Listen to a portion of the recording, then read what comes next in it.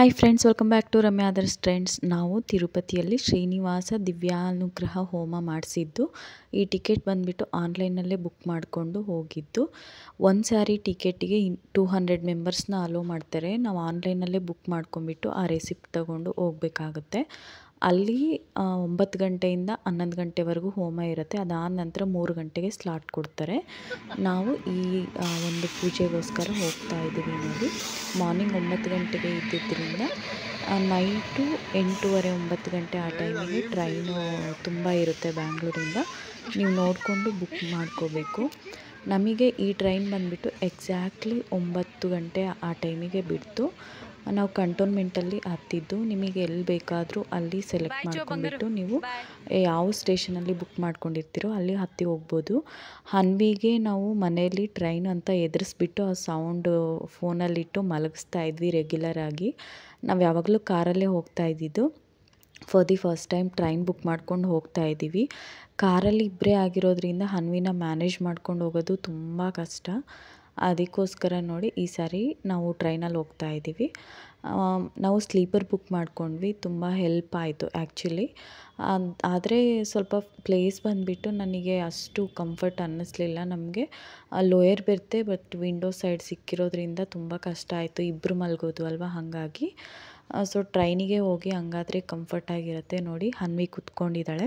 So finally ನಾವು ಈ ಪೂಜೆ ಬಂದುಬಿಟ್ಟು ಅಲಿಪಿರಿ ಹತ್ರ ಅಲಿಪಿರಿಗೆ ರೀಚ್ ಆದ್ವಿ ಬಸ್ ಸ್ಟಾಪಿಂದ.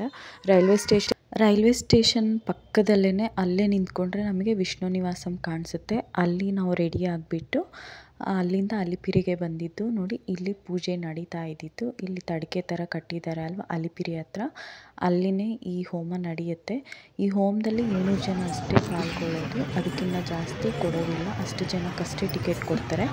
ನಾವು ಇದನ್ನು ಆನ್ಲೈನಲ್ಲಿ ಬುಕ್ ಮಾಡ್ಕೊಂಡಿದ್ದು. TTD ಆ್ಯಪ್ ಬರುತ್ತೆ ಅಲ್ವಾ, ಅದರಲ್ಲಿ ಬುಕ್ ಮಾಡ್ಕೊಂಡಿರೋದು. ಈ ಹೋಮ ಬಂದುಬಿಟ್ಟು 9 ಗಂಟೆಯಿಂದ 11 ಗಂಟೆವರೆಗೂ. 11 ಗಂಟೆ ಆದ ನಂತರ ನಮಗೆ 3 ಗಂಟೆಗೆ ಮತ್ತೆ ಬೆಟ್ಟದ ಮೇಲೆ ದರ್ಶನ ಇರುತ್ತೆ. ಇದೇನು 300 ರೂಪಾಯಿ ಟಿಕೆಟ್ ತೊಗೋತೀವಿ ಅಲ್ವಾ, ಅಲ್ಲಿಂದನೇ ಎಂಟ್ರಿ ಕೊಡ್ತಾರೆ. ADC ಎಂಟ್ರಿಯಿಂದ ನಮಗೆ ಎಂಟ್ರೆನ್ಸ್ ಇರುತ್ತೆ. ಸೊ ವಿತಿನ್ ನಮಗೊಂದು 5 ರಿಂದ 6 ಅವರಲ್ಲಿ ದರ್ಶನ ಮಾಡ್ತಾ ನೋಡಿ. ಇನ್ನೂ ಹೋಮ ಸ್ಟಾರ್ಟ್ ಆಗಿರಲಿಲ್ಲ. ಅಲ್ಲಿ ಎಲ್ರಿಗೂ ಕೂಡ ಬೆಟ್ಟಿಟ್ಬಿಟ್ಟು ಹೊರಗಡೆ ಕರ್ಕೊಂಡ್ಬಿಟ್ಟು ಅಲ್ಲೆಲ್ಲ ಈಗ ನಮಗೆ ಚಮಕಾಣಿಟ್ಟು ಬಳಸಿ ಪೂಜೆ ಮಾಡ್ತಾರೆ. ನೋಡಿ ಪೂಜೆ ಮಾಡಿ.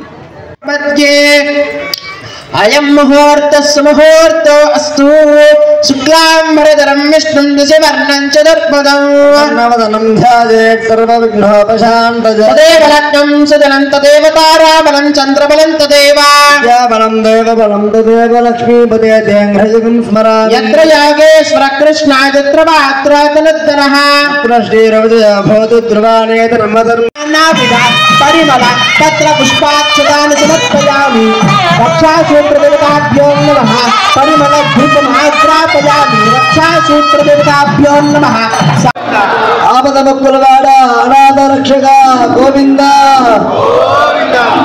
ओम वेंकटाद्रि समं स्थानं ब्रह्मांडे नास्ति किंचन वेंकटेश समो देवो न भूतो न भविष्यति गुरु ब्रह्मा गुरुर्विष्णु गुरुर्देवो महेश्वरः गुरुः साक्षात् परं ब्रह्म.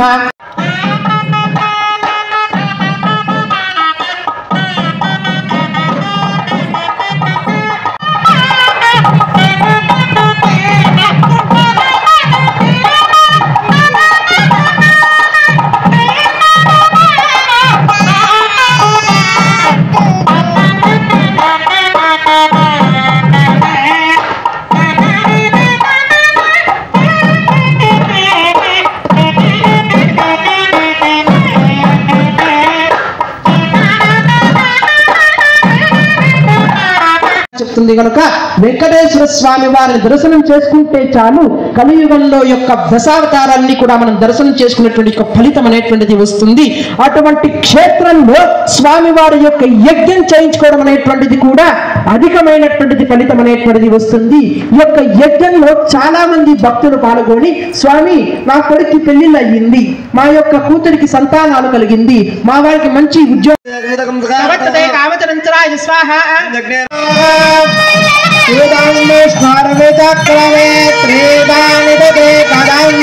समो नमस्य स्वाहा चक्रमे निष्ठर्गता अथ आहात्यः ततो धर्माणि धारयन् स्वाहा निष्ठा कर्माणि तस्य तजतो व्रतानि पष्टसे इन्द्रस्य युद्धः सदा स्वाहा निष्ठा परमं मदलं तदावश्यन्ति हेरयः दिवेव चक्षुरातदक्षुस्वाहा तत्पुत्रासोऽपि कन्यरोगाग्रवागं तस्यामिन्दते निष्पार्यात् परमं वदतु स्वाहा ऋतदानविद्वानमश्वकृतेन पूर्णमाहुतिं जहामि प्रजापतये स्वाहा आद्यदेशं इन्द्राय जुहोमि स्वाहा ఏడుకొండలవాడ వెంకటరమణ గోవింద ఆద్యదేశం ఇంద్రాయ జహోమి స్వాహ లక్ష్మీరమణ గోవింద. ఇంతటితో స్వామివారి యొక్క పూర్ణాహుతి కార్యక్రమం పరిసమాప్తమయ్యింది.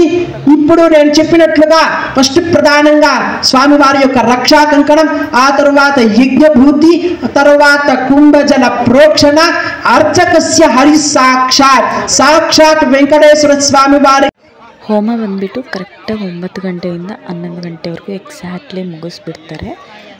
ನೋಡಿ ಕರೆಕ್ಟಾಗಿ 11 ಗಂಟೆ ಮುಗಿಸಿದ್ದಾದ ನಂತರ ನಮಗೆ ಇಲ್ಲಿ ಕ್ಯೂವಲ್ಲಿ ಅಕ್ಷತೆಯನ್ನು ನೆತ್ತಿ ಮೇಲೆ ಹಾಕ್ತಾರೆ. ಅಲ್ಲಿ ಪೂಜೆಗೆ ಬಳಸಿರ್ತಕ್ಕಂಥ ಹೋಮಕುಂಡದ ಒಂದು ಬೊಟ್ಟು, ಅದಾದ ನಂತರ ಅಲ್ಲಿ ಕುಂಭ ಅಭಿಷೇಕ ಮಾಡ್ತಾರೆ. ಆ ಅಭಿಷೇಕದ ನೀರು ತಲೆ ಮೇಲೆ ಹಾಕ್ತಾರೆ. ಅದಾದ ನಂತರ ನೋಡಿ ನಮಗೆ ಅಲ್ಲಿ ಶ್ರೀನಿವಾಸಂಗೆ ರಕ್ಷಣೆಗೋಸ್ಕರ ಬಳಸಿರುವಂತಹ ರಕ್ಷಾ ಒಂದು ದಾರವನ್ನು ಕೊಡ್ತಾರೆ, ಹೂವು ಹಾಗೆ ಅಕ್ಷತೆ ಕಾಳು. ಅದಾದ ನಂತರ ನಮ್ಮದೇನೊಂದು ಟಿಕೆಟ್ ಇರುತ್ತೋ ಅದನ್ನು ಅಲ್ಲಿ ಸ್ಕ್ಯಾನ್ ಮಾಡಿಸ್ಕೊಂಡು ಶೀಲೆ ಹಾಕ್ಸ್ಕೋಬೇಕಾಗುತ್ತೆ. ಅದು ಹಾಕಿದರೆ ಮಾತ್ರ ನಮಗೆ ಮೇಲೆಗಡೆ ಎಂಟ್ರಿ ಇರುತ್ತೆ.